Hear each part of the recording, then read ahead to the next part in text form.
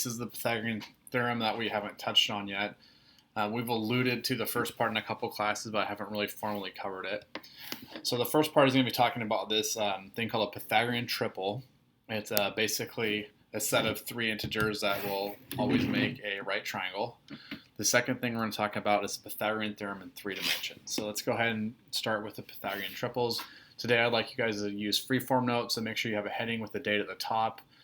Feel free to pause after I'm done going through a section so you can catch up on the notes. There's only one example. It's at the very bottom of the notes, the very last thing we're going to cover today.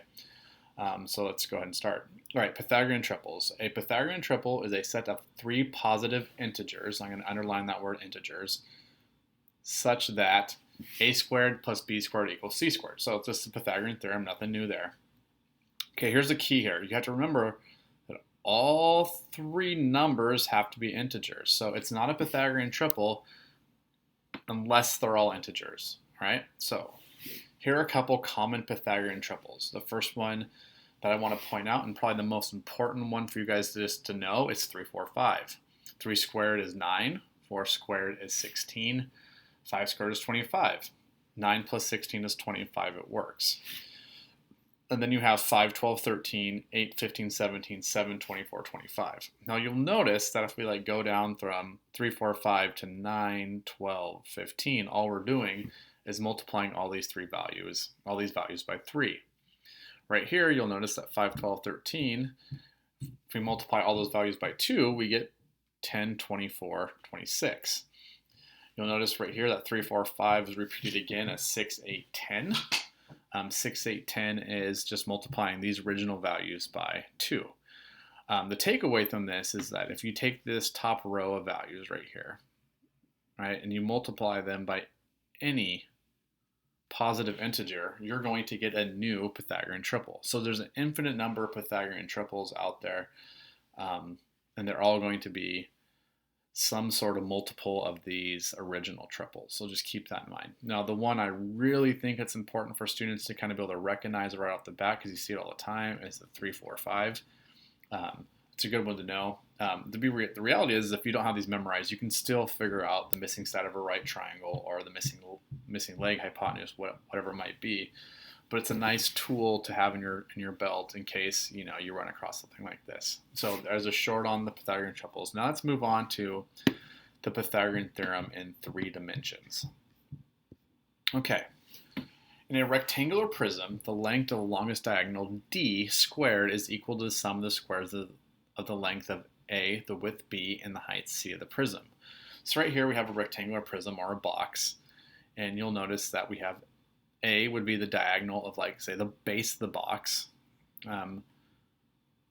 Or sorry, that's not a. That'd be just the diagonal, the base of the box. See that line I put in there. Okay, so you have right here, we have the length is a, we have the width is b, and we have the height is c. So what the Pythagorean theorem in three dimensions states is that if we take the square of these three values, it should equal the length of the diagonal that goes from one corner to the opposite corner. Now you notice I added this red line in there. So that red line is kind of like if we were to take this box and we were to cut it in half right here along that, we'd have this diagonal right here. So if you think about it, a squared and b squared would equal whatever that value is there, right? X squared. So really these right here kind of represent the diagonal of the base of the box, which is really one of the legs of the diagonal for the opposite corners of the box. I know it's a little confusing to look at it that way, but really we're just using these two values to figure out this red line, right? So if you do a cross section of it down here, really what we're looking at, right, is this red line, right? We'd get that by using the Pythagorean theorem here to find that length, and this is a given, at which point we really basically have a right triangle in its simplest form. So it's sometimes hard to visualize, but that's essentially what you're looking at. Okay, so remember, these two are going to basically make one of the legs, and then that's going to be the height, and this will give us our diagonal. All right, let's look at an example of this. So with all these examples, the first thing I want you to do is go ahead and read through it carefully, mark up whatever you think you need to mark up, and then finally go ahead and write an equation and solve for it. So what is the longest object that someone can put in a rectangular box that is 10 inches wide,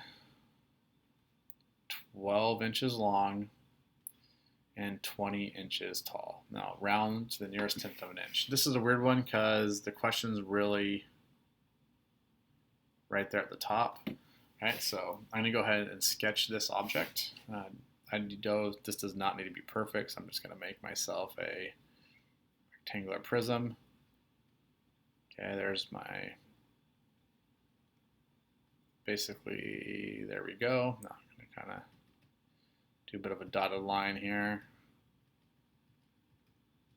Okay, so we know that it doesn't really matter where we put these numbers, and by no means does your box have to be to scale. So we have, I'm going to put my 10 there, my 12 here, and my 20 there. Now I think we can all tell by just looking at that it's not to scale. That's fine though. And then we're trying to find the length from this corner to that corner. So we're trying to find the opposite. Now remember, we're just taking the Pythagorean theorem and we're adding a third part to it, a third leg. So in this case, we would have 10 squared plus 12 squared plus 20 squared equals d squared. Okay, I'm going to scroll down here. Okay, 10 squared is 100. 12 squared is 144. 20 squared is 400. So if I add these up, I get 644. That's my sum. Okay, now, as with any Pythagorean theorem problem, the last thing I want to do is take the square root of both sides. Okay, so I don't have that memorized, so I'm going to go ahead and pull out my TI-83 and let it do some work for me. So the square root of 644 is 25 and approximately 3,800. So we're rounding that to the nearest tenth. So D is approximately 25 and 4/10. In this case, the inch unit is inches. Okay, sometimes the whole Pythagorean theorem in 3 dimensions is hard to visualize. So just remember you're kind of looking at cross-section of the box, and you're going to use these two legs are essentially going to give you a hypotenuse, which turns into another leg. The math is pretty simple. Visualizing how it works can sometimes be a little more difficult. If you have any questions, feel free to ask them in class. Yeah, see you guys later.